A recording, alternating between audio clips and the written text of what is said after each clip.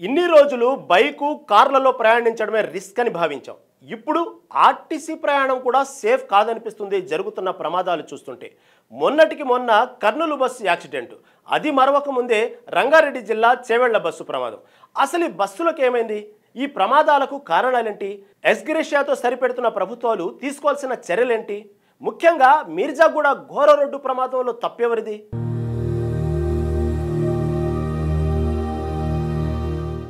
ఒకే కడుపున పుట్టడమే కాదు, చావులోనూ తోడైన అక్కా చెల్లెళ్ళు, తమ కూతుళ్లను ఎవరు తీసుకొస్తారంటూ గుండె పగిలేలా ఏడుస్తున్న తల్లి ఒడిలోనే మృత్యు ఒడికి చేరుకున్న 15 నెలల చిన్నారి, బంధువులు ఇంటికి వెళ్తూ మరొకరు, ఇలా దాదాపు 21 మంది అనంత లోకాలకు వెళ్ళిపోయారు. ఒక్క టిప్పరు లారీ తప్పిదం ఇంతమంది తీరని శోకాన్ని మిగిల్చింది. రంగారెడ్డి జిల్లా చేవెళ్ల మండలం మీర్జాగూడ సమీపంలో జరిగిన ఘోర రోడ్డు ప్రమాదం జరిగింది. సోమవారం ఉదయం 5 గంటలకు తాండూరు డిపోకు చెందిన ఎక్స్ప్రెస్ బస్సు 30 మంది ప్రయాణికులతో తాండూరు నుంచి హైదరాబాదుకు బయలుదేరింది. ఉదయం 7 గంటల 5 నిమిషముల సమయంలో చేవెళ్ల మండలం మీర్జాగూడ వద్ద ఎదురుగా వచ్చిన టిప్పరు బస్సును ఢీకొట్టింది. దీంతో 2 డ్రైవర్లు సహా 21 మంది మృతి చెందారు. పలువురు తీవ్రంగా గాయపడ్డారు. ప్రమాదం సమయంలో బస్సులో 70 మంది ఉన్నారు. మృతుల్లో ఎక్కువ మంది తాండూరు, చేవెళ్లకు చెందిన వారే ఉన్నారు. ప్రమాదం ధాటికి బస్సు కుడివైపు పూర్తిగా నుజ్జునుజ్జయింది. బస్సు డ్రైవర్ వెనుక ఉన్న 8 సీట్లు ధ్వంసమయ్యాయి. టిప్పర్ పడిపోవడంతో అందులో ఉన్న కంకర బస్సులో పడిపోయింది. దీంతో డ్రైవర్ వెనుక 8 సీట్లలో కూర్చున్న ప్రయాణికులు కంకరలో చిక్కుకున్నారు. దీంతో వారంతా అక్కడికక్కడే మరణించారు. వెనుక సీట్లలో ఉన్నవారు స్వల్ప గాయాలతో బయటపడ్డారు. ఇక బస్సు కండక్టర్తో పాటు ఎడమవైపు ముందు సీట్లలో కూర్చున్న వారిపై కంకర పడింది. దీంతో వారు తీవ్రంగా గాయపడ్డారు. కాగా ఉదయం 7 గంటల 5 నిమిషంలకు యాక్సిడెంట్ జరిగిందని తాండూరు డిపో మేనేజర్ తెలిపారు. టిప్పర్లో సుమారు 50 టన్నుల కంకర ఉందని చెప్పారు. గుంతను తప్పించబోయి టిప్పర్ బస్సును ఢీకొట్టిందని వెల్లడించారు. బస్సు ప్రమాద ఘటనకు సంబంధించి అధికారులు కంట్రోల్ రూమ్ ఏర్పాటు చేశారు.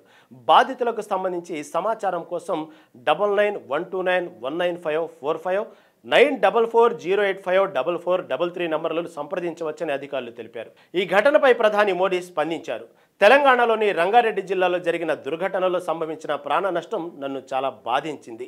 ఈ క్లిష్ట సమయంలో బాధితులు, వారి కుటుంబ సభ్యులకు ప్రగాఢ సానుభూతి తెలుపుతున్నాను. గాయపడిన వారు త్వరగా కోలుకోవాలని ప్రార్థిస్తున్నాను.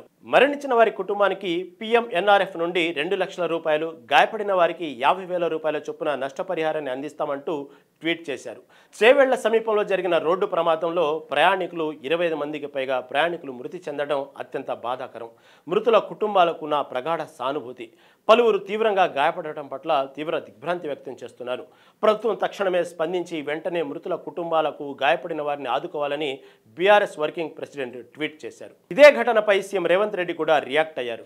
రోడ్డు ప్రమాదంపై విచారం వ్యక్తం చేసిన రేవంత్ రెడ్డి తక్షణం ఘటనా స్థలికి చేరుకుని అవసరమైన సహాయక చర్యలు చేపట్టాలని అధికారులను ఆదేశించారు. ప్రమాదానికి సంబంధించిన పూర్తి వివరాలు ఎప్పటికప్పుడు తెలియజేయాలని చెప్పారు. మంత్రి పొన్నం ప్రభాకర్ ఈ ఘటనకు సంబంధించి విచారణ కూడా ఆదేశించామన్నారు.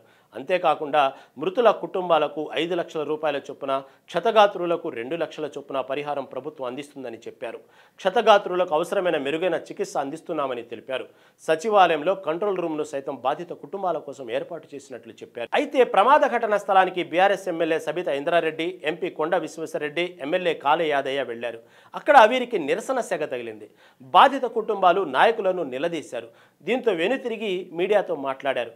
ఈ ప్రమాదానికి రోడ్డుపై ఏర్పడిన గుంతనే కారణమని విశ్వేశ్వరరెడ్డి చెప్పారు. ఈ రోడ్డు నిజాం కాలంలో రిచ్ లైన్ అని, నాడు టాంగాలు, పాత కార్లు ప్రయాణించేందుకు నిర్మించిన రోడ్డు మార్గం అన్నారు. ఇది పూర్తిగా వంకర్లు తిరిగి ఉంటుందని చెప్పారు. ఇంతకాలం ఈ మార్గాన్ని విస్తరిస్తూ వస్తున్నారని, వికారాబాద్ ప్రజలు హైదరాబాద్కు వెళ్లేందుకు ఇదొక్కటే హైవే మార్గం ఉందని చెప్పారు. తాను ఎంపీగా ఉన్న సమయంలో ఈ హైవేను విస్తరించేందుకు చేసిన ప్రయత్నాలతో 2017లో ఈ మార్గంతో పాటు తెలంగాణలో మరో 10 హైవేలను నితిన్ గడ్కరీ మంజూరు చేశారని చెప్పారు.